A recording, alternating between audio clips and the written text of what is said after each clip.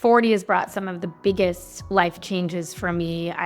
In the last 2 years, had a baby, got divorced, have a new partner who's amazing. For me, honestly, I feel like I did my most work on myself, the most introspective work, looking out, setting boundaries that I feel like I never really had in my life. I'm Erica. And I'm Amory. This is Leaning Into Being, the show that allows you to be your all so you can give your all. Brought to you by Hello Mamas and Hey Mama. Amory, today on Leaning Into Being, we are having a chat with Sam Gutstadt, actress, content creator, published writer, podcaster, mom of three, and comedian who always makes us laugh. She is hilarious. She is definitely a multi-hyphenate. But one of the things I love about her is Sam is also such a great friend.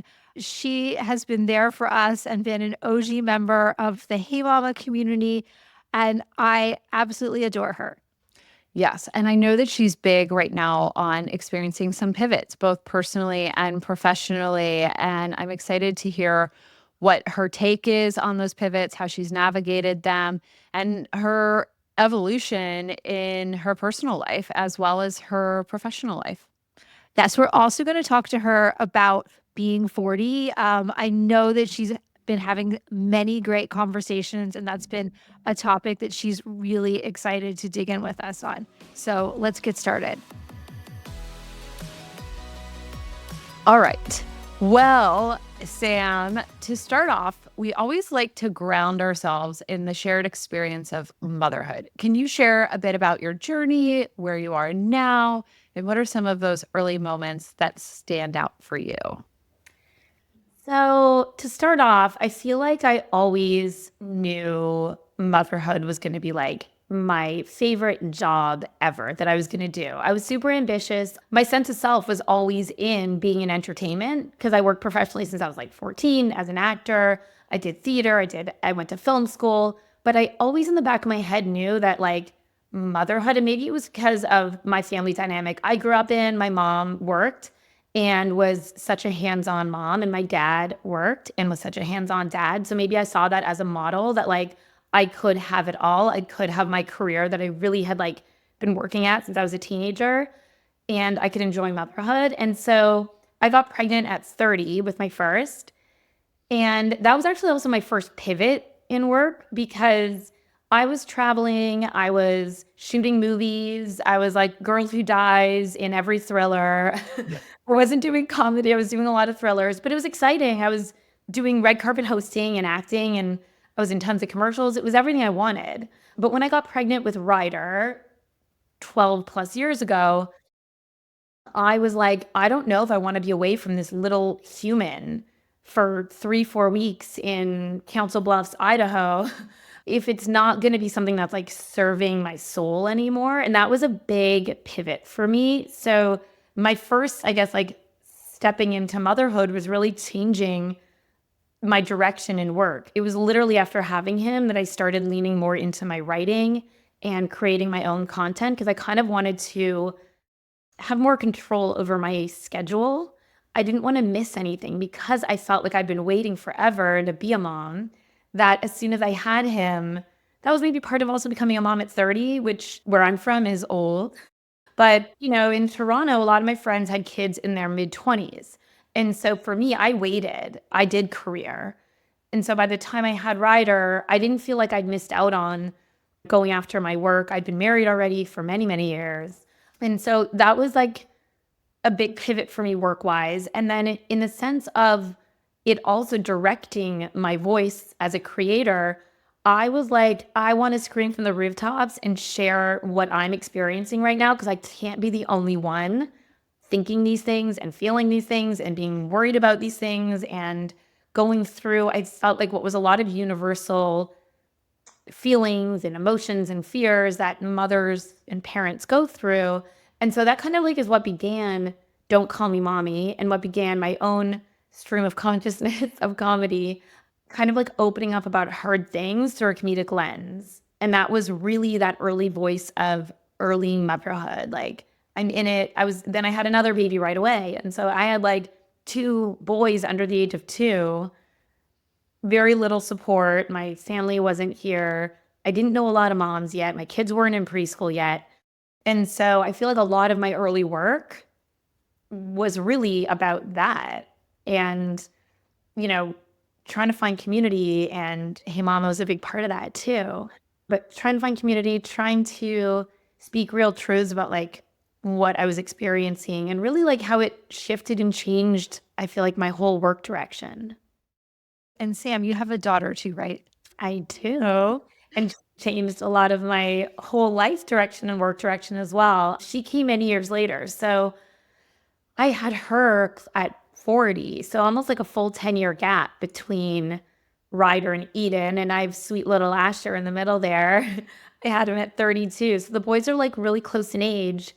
And we had this whole existence. And then Eden came along and completed our family. And she's incredible. And it's also amazing kind of like going through all those stages again, 10 years older, totally different mindset, in a totally different place, no longer with their dad.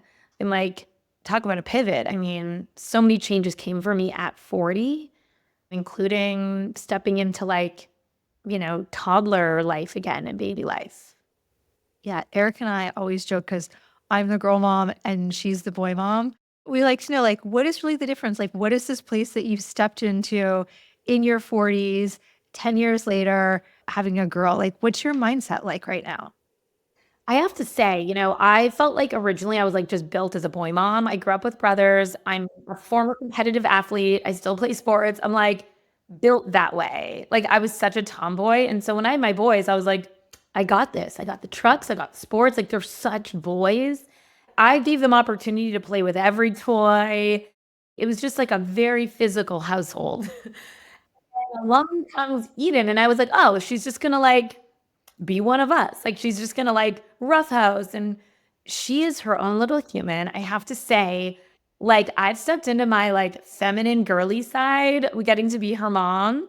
And yesterday I was like, Eden, do you want to go and do our hair? And I like went and like blew out her hair for her. I find myself in CVS like picking up soap and then getting like hair berets and like I buy her a lot of clothes. And it's interesting that she mimics me a lot more than the boys do. She will see me get ready and she wants to do what I'm doing. She knows that she's kind of like me. So it's a very interesting thing. And she's just kind of like her own little person. I feel like she's bringing out different parts of me as a mom. It's been so much fun, but I have to say I didn't think there'd be as many differences as there are. And I think a lot of that honestly is just the female brain versus the male brain. Like her ability to grasp language was different. The way that she socializes, she's in preschool now. I did not experience this with my boys. It's so true. We're constantly like, oh, that's interesting, but the perspective is sometimes totally different. Yeah. So you're all about realness in motherhood, and I love everything that you're sharing and the pivots in personal and professional life. What's something along your motherhood journey that surprised you? I think something that surprised me was the embracing of letting go. I actually have written articles about it. I used to write a column for parents, and I've written for other publications. And one thing I feel like I always revisit, this idea of like saying goodbye. I remember mourning the loss of, I breastfed my boys. I didn't breastfeed Eden, but I have a lot of emotion around that. And that's something that if you would have told me, I would have been sad about ending something that started so hard. I mean, when I first started trying to breastfeed Ryder, I remember calling my best friend back home who had already done it. And I remember she's like, just stick with it. It's going to be amazing. Just keep it going. I have friends that didn't. I have friends that did for a short time, but it turned out to be something I loved.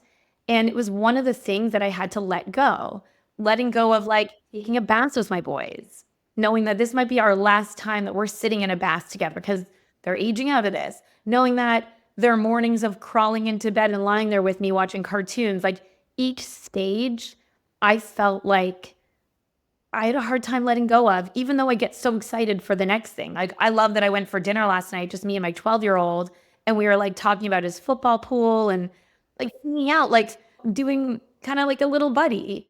I do still feel like that was a big surprise to me, that I really cherished each phase.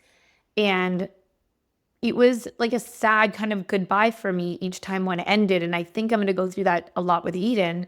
With Asher and Ryder, I wasn't sure. With Asher, I was like, maybe it is, maybe it isn't. And as more and more time went on, that I wasn't getting pregnant with Eden, I felt like those ends of each phase was hard for me. It was a surprise. I thought I'd be like rushing away baby stuff quicker to get on to like the easier, quote unquote, but I really cherish those years, and I'll look back at pictures and be like, oh my God, I remember when they were so little.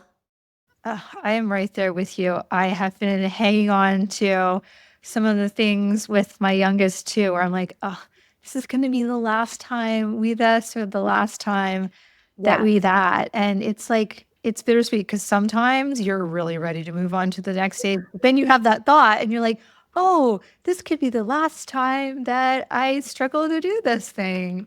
You know how we look back now at our parents and we're like, oh, I didn't understand why you said that or why you felt that way. But then when you become a parent yourself, it makes sense. My mom is a writer, and she wrote this beautiful piece that was published when I was leaving for college. I'm the third. I went for college in Canada. My brothers both left, and I stayed in the city, but I wanted to move out and live with my friend. And my parents, they really wanted to hold on to me and have me home. And I remember reading this article my mom had written, and it was only as an adult that it literally brought me to tears, because it was this visual, she said, of the last time she would open the door to my bedroom and see my curls splayed out on my pillow, half asleep. And I remember at the time, I'm like, why do you care about seeing my curls splayed out on my pillow? But then when I became a mom, I reread it, and I literally was like ugly crying, because it was her goodbye of childhood for me. I'm still very close with her, and I'm sure I slept in that room many, many times. I go home on the weekends and do laundry, but it was the last time I was a kid. That was the last morning she would open the door, and I'm just like, I get choked up even saying that. But she actually wrote it so beautifully. It was her goodbye. That's so true. Oh my gosh, we're all gonna like tear up I know, even I just know. hearing that. It's like I started getting really teary like with my starting to choke up a little bit there. So the title of our podcast is Leaning into Being. And this is where we talk about really who you are authentically in the moment. This can be like outside of work and labels and things that you have. And you mentioned something earlier that really like struck a chord with me when you were talking about being 40. What is it like right now? What does leaning into being mean for you? 40 has brought some of the biggest life changes for me. I, in the last 2 years, had a baby, got divorced, have a new partner who's amazing. For me, honestly, I feel like I did my most work on myself, the most introspective work, looking out, setting boundaries that I feel like I never really had in my life, learning to say no in a kind way. I think prior to being 40, I'm a people pleaser. So I would be like, I would say yes to more than I could take on for sure. And therefore, my needs would come last. And that's hard as a mom, too. And that was how I operated in life, with friends, with a partner, not really feeling like I had a voice or the confidence maybe to say exactly what I wanted.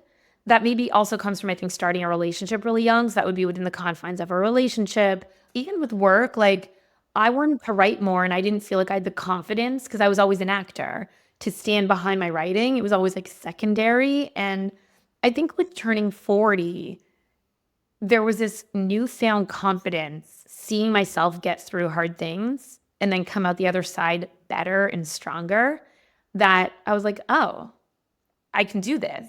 And I am learning, and I'm putting my big girl pants on. And I think through all of that, I feel like right now I'm my most authentic self. And I've said this to a few of my close girlfriends recently, that I feel like I'm a better mom, I'm a better friend, I'm a better creator, I'm a better partner. So it's almost like I've stepped into this better version of myself because I've evolved.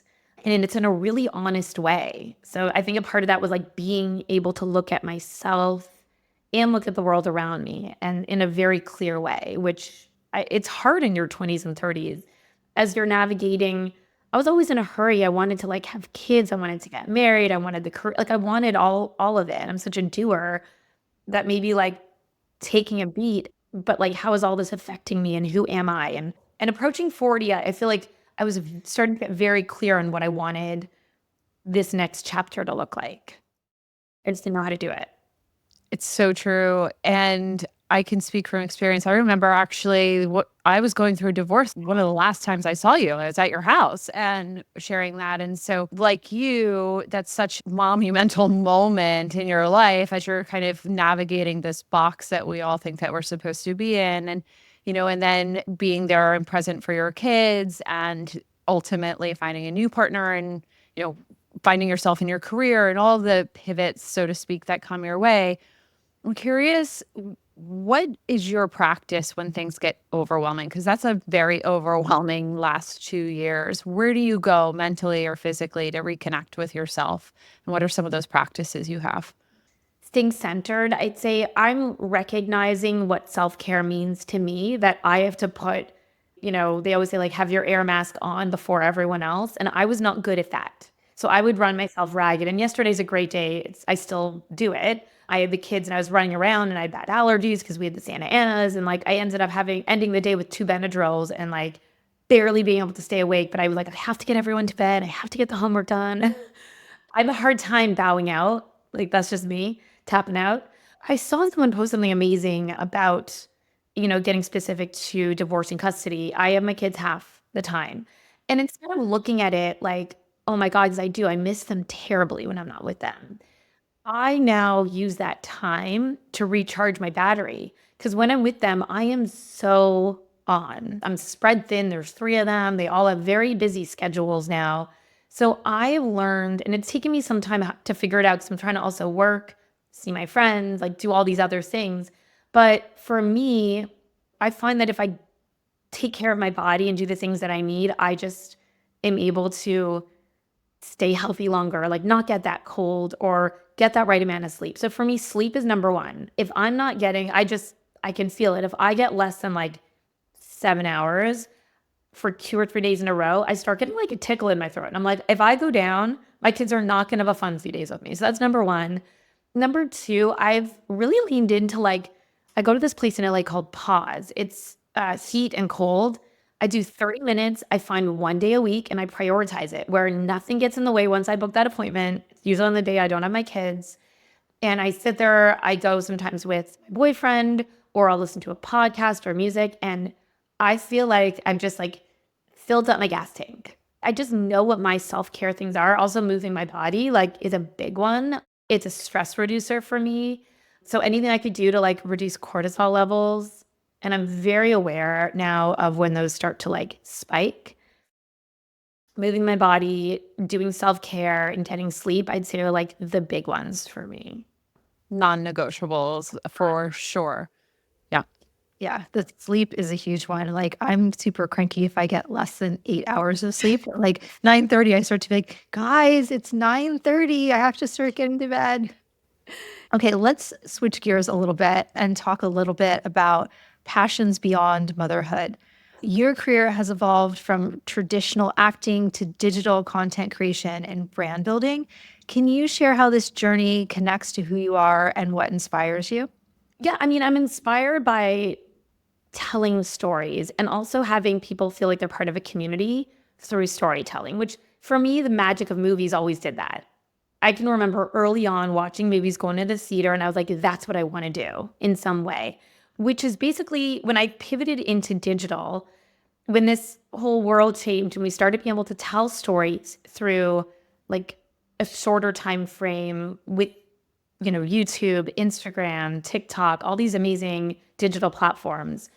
I saw that way to connect that with brands because I'm also passionate about helping brands. I guess copywriting would be at the end of the day what you would call it, like copywriting and production. But I really, really love when a brand will come to me and say, hey, for example, I just worked with Herb Farm. They're like, we want to reach women who are going through perimenopause. We have these amazing herbal supplements that can help alleviate some of the unpleasant symptoms of perimenopause and menopause. Then the juices get flowing in my brain and I'm like, this is amazing. I get to speak to my community all these women who are starting to talk about brain fog, night sweats, all these things. I get to help this brand tell a story and tell their story through a comedic lens, which is always my, the way I like to tell stories. Especially I feel like when you're talking about something that can be hard, a great relatable way in, I find is comedy. And so that's like my happy place. I got to write it, I get to produce, I'm on set, I'm in it. I started probably in 2015, 2016. I created a series called Shit No One Told You from Mom.me. I did it with Haley White, who was my comedy partner. And every episode was like something about motherhood that no one talked about. We had breastfeeding, sex after baby. Our best viewed episode was sex after baby. And I remember when we were shooting it, Haley looked at me, she's like, does it look like we're shooting a porn? And I'm like, no. But in my head, I'm like, I don't know. This is scary. Like, we're talking about something very polarizing. Like, I don't know how people are going to feel about this. But the best feeling in the world was we were at a conference. I think it was Mom too. And we had woman after woman come to us and say, thank you for making that episode. I felt heard. I didn't feel alone. And I think that was an aha moment for me, because I think all artists are kind of looking for that feeling, to feel like you're part of a community, that your voice is part of a greater voice, that what you're talking about is hopefully reaching somebody, one person, that it'll help them feel understood. And I think ultimately that's what movies are in TV. They're all telling us stories about humanity. And so when you really like break that down, brands are just reaching people and telling stories about why their brand is trying to reach out to your community. And so tying those two things in together for me has been like a huge happy place. I mean, you can just like feel that energy coming through as you're talking. Not many people have such a passion for the work that they're doing and finding so much joy, but also that creativity. Like, you're radiating when you're talking about all of those passions and the happiness that it brings you. What's something outside of work and family that makes you feel most like yourself? Oh, that's an easy one. Tennis. I have said this time and time again. The greatest gift my dad gave me out of all the great lessons, he's a very kind person, so kindness would be one of them. But when I was like 8 or 9, my older brother was a competitive tennis player, my oldest brother. And I would sit and watch, and I wanted to kind of do what he was doing. I wasn't like naturally athletic. Like, throw me on a soccer field and I was like not that great. I wasn't great at any other sport. I was good at dance. And my dad kind of was like, okay, like let's go play some tennis. And I fell in love with it. And he put the time in. Apparently he'd come home from a long day. He's a lawyer. He had his own practice. Tennis has been a place where no matter what was happening in my life, it's given me confidence. It doesn't matter whether it's like a sport or an instrument, but something that you do that's not for work, where you're not making money. Because I never played tennis professionally. I played at like college level, but it wasn't something that like was going to bring me an income. It wasn't a responsibility when I stopped competing. It's now just somewhere where like I feel the most me. I feel fierce. I feel badass. When I was going through the pandemic, I always say like tennis saved me, because I was going through the hardest part of probably my marriage, IVF, losses, all of that. It was one of the darkest times. And when I think of the only times that I was able to get out of that, it was being on a tennis court. It was the only thing I was able to do. And in California, they kept courts open. So I was able to do that. And I found community through tennis. I have incredible friends in the tennis community. My first friends in LA were tennis friends because I taught. My first job out here was teaching at like a country club, because I was working as an actress and not making money. And so the only way I could make money, I wasn't allowed to like have a job because of my visa. And so I worked teaching tennis lessons. And I am still friends with some of my early tennis friends out here. It's just the greatest gift, because every life lesson I have and like my tough skin and everything has been through sport.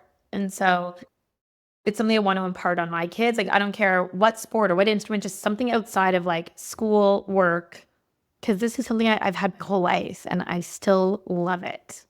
And how special that you got to share that with your dad too. So being on the court and like remembering those memories and everything, that's an added bonus to it. Yeah. And I didn't push my kids into it. I've introduced them to every sport, but my boys play and they're like really good. So I feel like I'm kind of like passing it forward. Like my son and I will go play tennis, just the two of us. And he's at a level now where we can go out and play like a set together. It is so special to share this with them. Love that. Yeah. Sam, so if you can give one piece of advice to moms and especially those who are juggling career and motherhood, what would it be? I always give the same piece of advice because you know what baby showers are like, write one thing. Every day's a new day. Every morning you get to hit a restart button, especially with young kids, because one day they're just having a really bad day and it's okay to have an off day. It's okay to feel like you have 20 things on your to-do list and none of them got checked off because guess what? Tomorrow you get to wake up and you can check one of those off. So I always say like, you literally get to hit the restart button every day. And it's okay if one day sucked. If 2 days sucked, if 5 days consecutively suck, you get to wake up the next day and make that day different. We always talk about seasons, and that's just like a condensed version of the seasons, and really recognizing that it was just a day, or it was just that season of the day, and you're going to wake up tomorrow with a new one. I'm curious about the future. Looking ahead, what are some things you're excited to lean into, either in motherhood, work, or personal growth? What's on the horizon for you? Oh, I mean, so much. I've actually been starting to get some like new creative stuff flowing and we'll see where it takes me. But I really want to create content in like the nonprofit space and find a way to give back like with my comedic voice and writing. And so I don't know where that takes me because I'm still doing a lot of like branded content and working with, you know, traditional brands, which I love. But I have some great friends who are doing some awesome stuff in the nonprofit world. And I kind of want to reach out and be like, what can I do with my writing and production backgrounds that can lend itself to storytelling in that space? So that is one thing I'm like putting out there. I have a full-length script with Haley White that we finally just signed. It's been in the works for a while. It's a project I would be really excited about if it got made. I don't know what our involvement would be if it got picked up or made, but it would be so amazing to have a full-length show that we created. So that's just something fun on the back burner.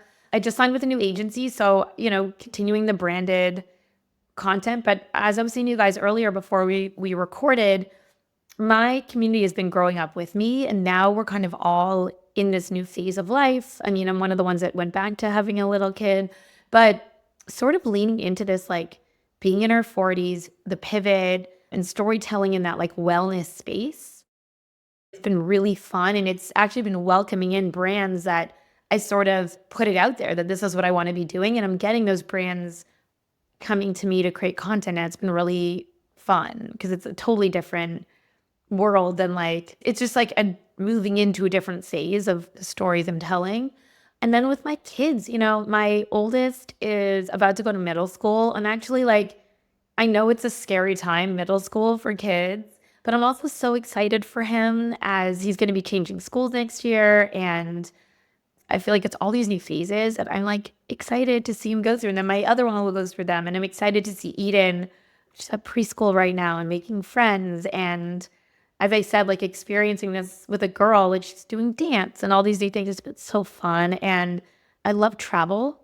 And so I am trying to cook up some fun adventures for me and the kids that are a little off the beaten path. I don't know what that looks like yet. So maybe we are going to go to Europe and do some fun historical stuff. So I'm kind of like excited for that as well. I'm planning all that whenever we get to do it. So much good stuff. Well, I can't believe that we're almost at the end of our time together. We literally could talk to you for hours and hours. But we always like to wrap up with this one last question. What's one time or moment that you can't believe that you survived and or that you're still laughing about today when you're like, oh man? The one that I'm still laughing about, I'll start light. Third time around, I should have known better. I was away with the kids this summer in Muskoka at this like beautiful hotel, and Eden was potty trained-ish. And we went down to this like super fancy dinner. I'm with my boyfriend and the boys and Eden, and she's in like a cute dress. And her underwear. And we go to the bathroom, and she had already pooped in her underwear. Now, I didn't have anything with me, so I'm like, I just have to throw it all out. Like, it wasn't salvageable. So I'm like sweating. I'm in this bathroom. It's flushing automatically on my face. I was like, oh my God. I had to throw out her dress, throw out the underwear. All she had was like a t-shirt, no underwear. Okay. And we have to walk through a hotel. I had nothing to cover her with. And I'm just like, you know what? We're going to own this. And here's my daughter, fully naked, just with a t-shirt on, walking through the hotel. And I was like, you know what? I'm going to not look anyone in the eye. And we're just going to get back to our room. It was like a really long walk through like a full lobby. At the time, I was like, why did I do this? Why did I forget all her stuff? Sounds like it's like one of those never ending, like, we got to get to that room. And then the one I thought I couldn't get through that has taught me a lot of lessons.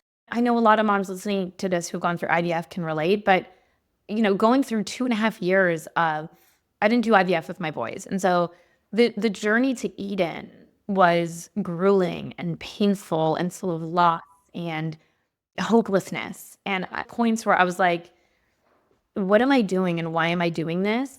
But obviously now in hindsight, with perspective, it was for her. But that was definitely a time that I didn't see the light. I was like, I don't see where this ends, because it's a cycle of hope and then disappointment and hope and disappointment. And it gave me great empathy for anyone going through IVF. So that might be something one day that I also would love to like have a voice in that community, because there really is a community in there. And I think unless you've gone through it, it's very hard. I didn't understand it until I went through it. We both went through that, and it's really hard. I also didn't have trouble getting pregnant with my first, and then was just completely baffled as to like why I couldn't get pregnant. And going through it, it's all consuming when you're in it. It's like all you can think about, your entire world revolves around it. It's weird. I almost like equate it to like gambling, where you're like, okay, I have this many, and so what are my percentages for this working? And then it doesn't work, and you're like, the next one will work, and you just keep pushing. You're like, we'll just spend more money. We're gonna make it happen. I won't give up. I can make it happen. I'm not a quitter. Yeah. You just keep pushing, and you can't stop.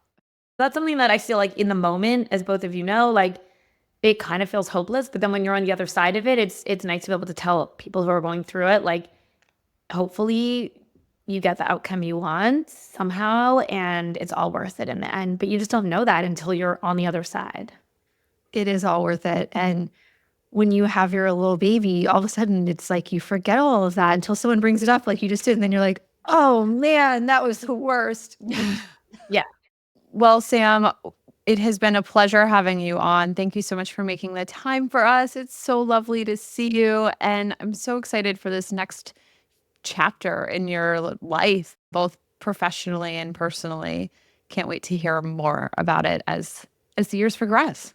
One thing I didn't get to say, and this isn't like a plug because we're with Hey Mama, but I have to say I was one of the early joiners of Hey Mama, and being able to have a community of like badass entrepreneurial women and moms was incredible. Like, I remember doing early events with you guys, and the women I've met through Hey Mama, and being able to have community, as I talked about community early on in this episode, is everything. And that commonality of moms who are also like entrepreneurial and career women, and being able to like share things that can help each other. It was just community on community. So always grateful for that and getting to meet you guys.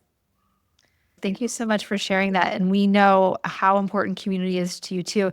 I heard you say over and over again through all the different layers of your life, whether it was your career or your social network or tennis even, how rooted you are in community. So it means so much to hear you say that Hey Mama had an impact on you, and that makes me so happy. So thank you. Thank you for listening to Leaning Into Being. To get connected and join the Hello Mamas and Hey Mama community, visit hellomamas.co. Let's connect, support, and grow together in this journey of motherhood.